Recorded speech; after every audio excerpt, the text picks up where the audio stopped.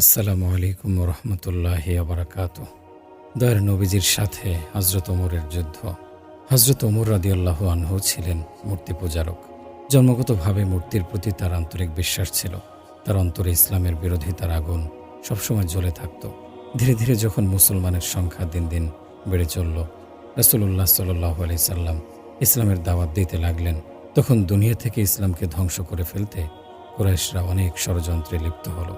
সবার সমন্বয় ও পরামর্শে তারা এই সিদ্ধান্তে উপনীত হলো যে হজরত মুহাম্মদ সাল্লাল্লাহু আলাইহি সাল্লামকে এই দুনিয়া থেকে চিরদিনের জন্য খতম করে দিতে হবে।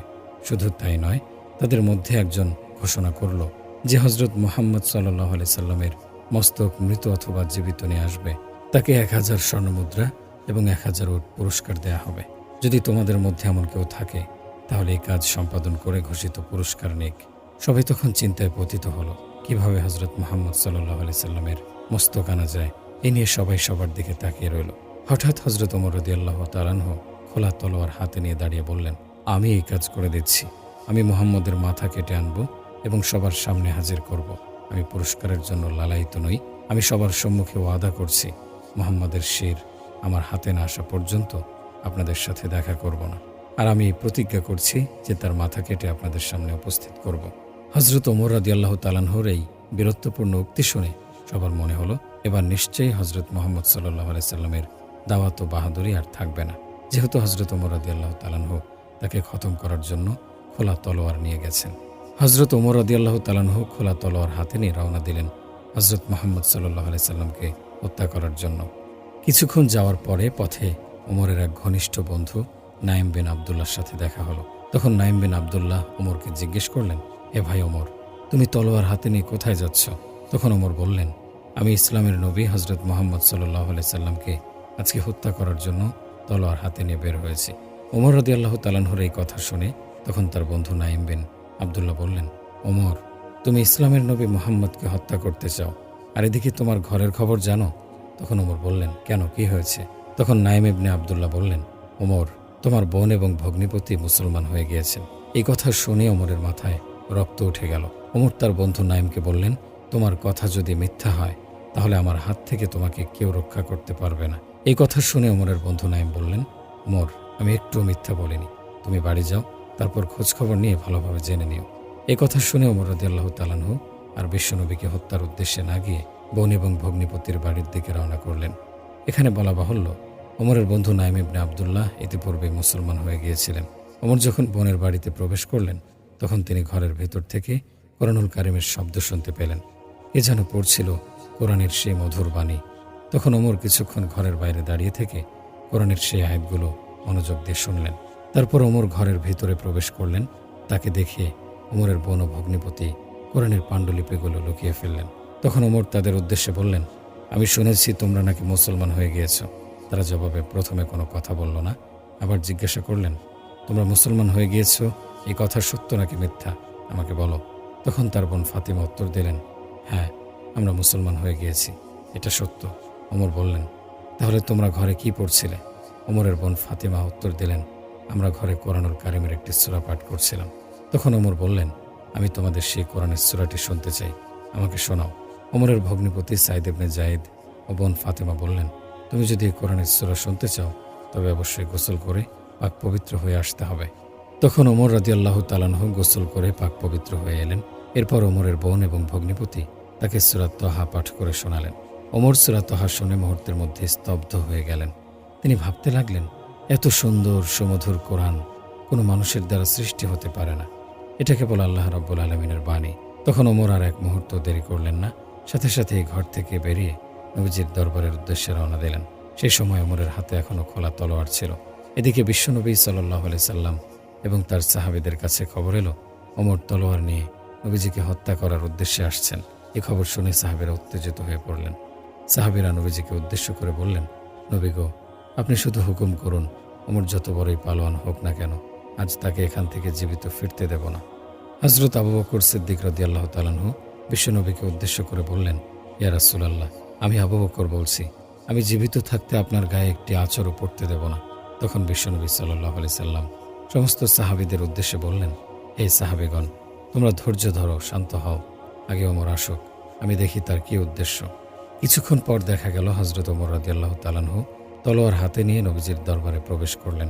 সমস্ত সাহাবী তখন যার যার অবস্থানে দাঁড়িয়ে গেলেন। সবাই প্রস্তুত হয়ে গেলেন, আজ ওমরকে জীবিত ফিরতে দেয়া হবে না।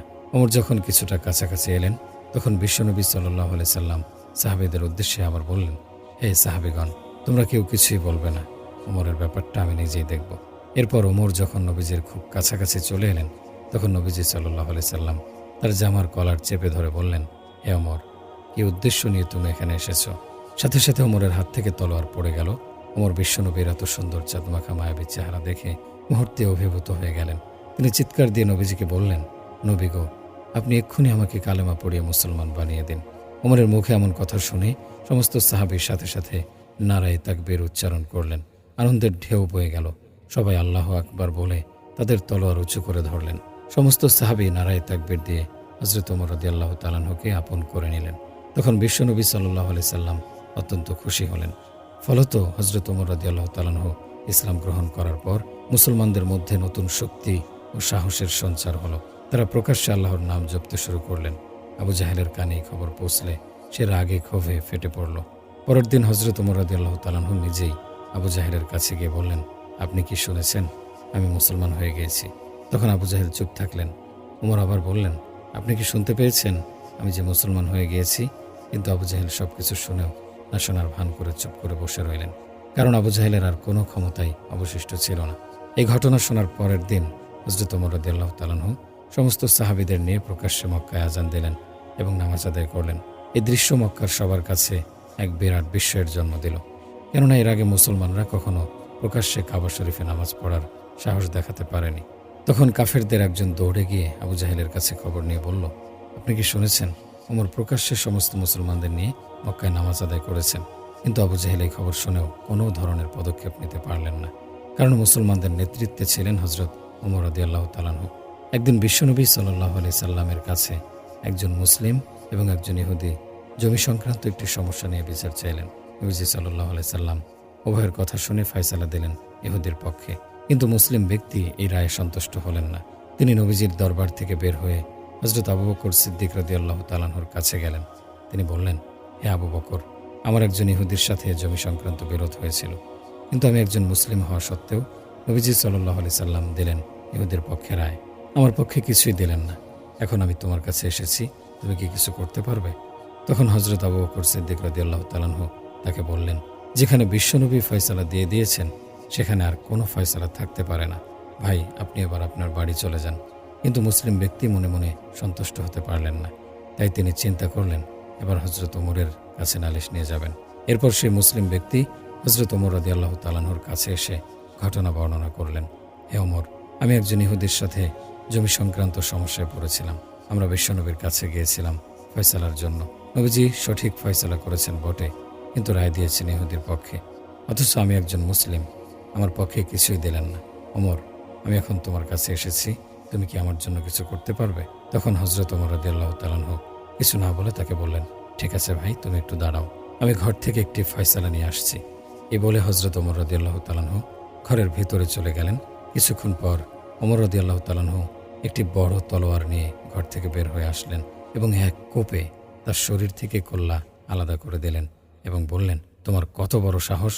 বিশ্বনবী যেটার ফয়সালা করে দিয়েছেন তার বিরুদ্ধে তুমি আমার কাছে নালিশ নিয়ে এসেছো?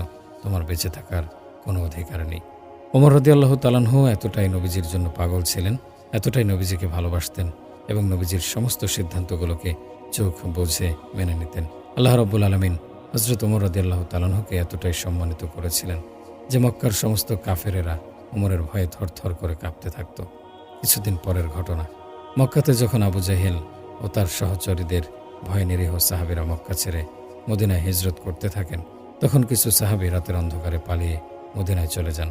ঠিক সেই মুহূর্তে বিশ্বনবী সাল্লাল্লাহু আলাইহি সাল্লামের নির্দেশে ওমর রাদিয়াল্লাহু তাআলা আনহু মক্কা ছেড়ে মদিনায় হিজরত করেন, কিন্তু পালিয়ে হিজরত করার লোক তিনি ছিলেন না। তাই তো তিনি সেদিন মক্কা ছেড়ে মদিনায় হিজরত করলেন। সেদিন মক্কার মাঝখানে দাঁড়িয়ে প্রকাশ্যে ঘোষণা দিলেন, কেউ যদি তার স্ত্রীকে বিধবা করতে চাও তাহলে আমি ওমরকে বাধা দিও, কেউ যদি তার পিতামাতার বুক খালি করতে চাও তবে আমার তলোয়ারের কাছে এসে বাধা দাও। কিন্তু সেদিন কারো কোনো সাহস হয়নি যে ওমর রাদিয়াল্লাহু তাআলা আনহুর সামনে এসে তাকে বাধা দেয়। মক্কা থেকে মদিনায় হিজরতের বেশ কয়েক বছর পরে বিশ্বনবী সাল্লাল্লাহু আলাইহি সাল্লাম দুনিয়া ছেড়ে চলে যান। নবীজির ইন্তেকালের পরে আবু বকর সিদ্দিক রাদিয়াল্লাহু তাআলা আনহু খলিফা নির্বাচিত হন। এরপর হযরত আবু বকর সিদ্দিক রাদিয়াল্লাহু তাআলা আনহুর খেলাফতের সম্পূর্ণ দায়িত্ব শেষ হলে তা এসে পড়ে হযরত ওমর রাদিয়াল্লাহু তাআলা আনহুর হাতে। হযরত ওমর রাদিয়াল্লাহু তাআলা আনহু ছিলেন মুসলিম উম্মাহর দ্বিতীয় খলিফা এবং একই সাথে তিনি ছিলেন অর্ধেক পৃথিবীর বাদশাহ। তার খেলাফতকালে মুসলিম উম্মাহ সবচেয়ে আরাম ও শান্তিতে জীবনযাপন করেছে। অর্ধেক পৃথিবীর বাদশাহ হয়েও তিনি প্রতি রাতে মানুষের বাড়িতে গিয়ে খোঁজ নিতেন এবং দেখতেন কার বাড়িতে অভাব আছে। যদি অভাব দেখতে পেতেন সরাসরি বাইতুল মাল থেকে খাবার নিয়ে সেই অভাবী পরিবারের ঘরে পৌঁছে দিতেন। একদিন তিনি রাতের বেলা খোঁজ নিতে গিয়ে একটি বাড়িতে লক্ষ্য করলেন ঘরের মধ্যে দুটি বাচ্চা কাঁদছে এবং চুলায় একটি পাতিল বসানো আছে। এক মা কি জানি লাড়াচাড়া করছেন আর বাচ্চাদের বলছেন আর একটু পরেই তোমাদের খাবার হয়ে যাবে। এভাবে অনেকক্ষণ সময় চলে গেল কিন্তু খাবার হচ্ছিল না। অবশেষে বাচ্চারা কান্না করতে করতে ঘুমিয়ে পড়ল। তখন হযরত ওমর রাদিয়াল্লাহু তাআলা আনহু নিজের পরিচয় গোপন রেখে সেই মহিলার ঘরে প্রবেশ করলেন এবং তাকে জিজ্ঞাসা করলেন, আপনি চুলায় কি রান্না করছেন? আর আপনার ছেলেদেরকে তো কিছুই দিলেন না, তারা তো না খেয়ে ঘুমিয়ে পড়েছে। তখন মহিলা জবাব দিলেন, আজকে রাতে খাবারের মতো আমার ঘরের মধ্যে কিছুই ছিল না। বাচ্চারা পাশে কান্না করছিল, আমার কাছে খাবার চাচ্ছিল। আমি নিরুপায় হয়ে গিয়েছিলাম, কিভাবে কোথা থেকে বাচ্চাদের খাবার এনে দেব। তাই তো এই পাতিলের মধ্যে কোনো কিছু দিয়ে নাড়াচাড়া করে অভিনয় করছিলাম আর বাচ্চাদেরকে বলছিলাম, এই তো তোমাদের খাবার হয়ে আসছে, একটু পরেই খাবার চলে আসবে, তোমরা খেয়ে ঘুমাবে। এই বলতে বলতেই আমি অপেক্ষা করছিলাম কখন বাচ্চারা ঘুমিয়ে যাবে। এক পর্যায়ে বাচ্চারা ঘুমিয়ে যায়। ওমর রাদিয়াল্লাহু তাআলা আনহু মহিলার মুখে এমন কথা শুনে সেখান থেকে তাৎক্ষণিক বের হয়ে আসেন। সেই রাতেই সরকারি কোষাগার থেকে আটার বস্তা নিয়ে একটি সিপাহীকে দিয়ে সেই মহিলার বাড়িতে পৌঁছে দেন। সেই মহিলা তখন রাতের বেলায় সে আটা দিয়ে রুটি বানিয়ে তার ছেলেদেরকে ঘুম থেকে উঠিয়ে রুটি খাওয়ালেন এবং আল্লাহর দরবারে শুকরিয়া আদায় করলেন। দুই হাত তুলে আল্লাহর কাছে দোয়া করলেন এবং ওমরের জন্য মোনাজাত করলেন। ঈদের আগের দিন হযরত ওমর রাদিয়াল্লাহু তাআলা আনহুর স্ত্রী নিজ স্বামীকে বললেন, আমাদের জন্য ঈদের জামা না হলেও চলবে, কিন্তু ছোট বাচ্চাটা ঈদের নতুন জামা কাপড় পরার জন্য কান্না করছে। জবাবে আরব জাহানের শাসক হযরত ওমর রাদিয়াল্লাহু তাআলা আনহু বললেন, আমার তো নতুন জামা কিনে দেওয়ার মতো সামর্থ্য নেই। তারপর হযরত ওমর রাদিয়াল্লাহু তাআলা আনহু তার অর্থমন্ত্রী আবু উবাইদা রাদিয়াল্লাহু তাআলা আনহুর কাছে 1 মাসের অগ্রিম বেতন দেওয়ার জন্য চিঠি পাঠালেন। অর্ধেক জাহানের বাদশাহ হযরত ওমর রাদিয়াল্লাহু তাআলা আনহুর এমন চিঠি পেয়ে আবু উবাইদা রাদিয়াল্লাহু তাআলা আনহুর চোখে পানি চলে এলো। তিনি বাহককে কোনো টাকা না দিয়ে ফেরত পাঠালেন একটি চিঠি। হযরত ওমর রাদিয়াল্লাহু তাআলা আনহু সেই চিঠি খুলে পড়লেন। চিঠিতে লেখা ছিল, হে আমিরুল মুমিনিন, অগ্রিম বেতন নেওয়ার জন্য আপনাকে দুটি শর্ত পালন করতে হবে। প্রথমত, সেই মাস পর্যন্ত আপনি বেঁচে থাকবেন কিনা। দ্বিতীয়ত, যদি বেঁচেও থাকেন তবে সেই মাস পর্যন্ত আরব জাহানের জনগণ আপনাকে ক্ষমতায় রাখবে কিনা। অর্থমন্ত্রী আবু উবাইদা রাদিয়াল্লাহু তাআলা আনহুর এমন চিঠি পড়ে ওমর রাদিয়াল্লাহু তাআলা আনহু জবাবে কিছুই বললেন না। তিনি এত কেঁদেছিলেন যে চোখের পানিতে তার দাড়ি মোবারক ভিজে যাচ্ছিল। তিনি আল্লাহর দরবারে 2 হাত তুলে দোয়া করলেন, হে আল্লাহ, আমাকে এমন যোগ্য একজন অর্থমন্ত্রী দান করার জন্য তোমার শুকরিয়া। এটাই ছিল তখনকার শাসন ব্যবস্থা, আর আমরা দেখছি এখনকার শাসন ব্যবস্থা। আল্লাহ তাআলা আমাদের সবাইকে সঠিক বুঝ দান করুন, সঠিক পথে চলার তৌফিক দিন এবং ইসলামী শাসন ব্যবস্থার ছায়ায় জীবনযাপনের সৌভাগ্য